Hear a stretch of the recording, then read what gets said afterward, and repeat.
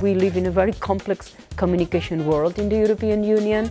We are communicating on behalf of a number of governments that agree on certain decisions that take time to be taken. The legitimacy comes from local, but the problems will only be solved in a global manner. We have always to be balancing these two angles, proximity and global. The European Union can help, can encourage, can be present, can be visible, but we are at the top and the citizens are at another level, and their daily contact will not be the European Union structure. The daily contact will be the public opinion leaders which are in their communities, the governments which are local, and the leadership in their individual countries. Communicating to the different constituencies of the European Union is a challenge. We have a number of issues. Language, many different languages. Second, public opinions are different. A country like Finland or a community in the UK or another community in Spain do have different priorities in terms of their daily lives. So we have to be always balancing what is the global message and what is the specific perception of the global message. I'm very fond of adaptability and of trying to target specific messages for the specific communities, but without forgetting that now we live in a global village, that what you say to a specific community is always heard and maybe understood differently by another community. And if the European Union organisations focused on messages, very simple messages, that would help promote the European Union. Excuse me, but no easy answers to complex questions.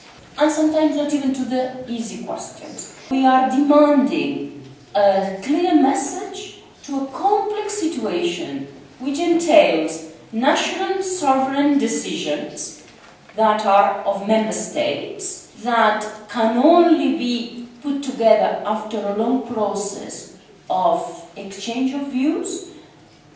Ministers, heads of state and government, companies, the type of organization that we have will probably be more understood, more legitimized and better liked through action than with easy messages to very complex decisions. And the best way is action. I think the best manner to promote the European Union is through the activities and the policies that the European Union agrees and implements. We are not just going to have people loving Europe for the sake of Europe. We are going to have people liking what the European Union does because it does a certain number of things and has an approach which is positive and which is perceived as being effective. The best manner to face this type of jobs is to be very active and to be very engaged and to believe in what you do. I have been for 10 years now, for example, talking about the role of the European Union outside the European Union in the promotion of stability, in solving crises, in helping people out of difficulties, or in getting societies closer to the European Union, for example, in the Balkans, or in the Middle East, or in with the people in Iran, etc. My first leitmotif has always been accessibility and at the same time ensuring everybody that they know that there are a number of countries which have joined together to do good.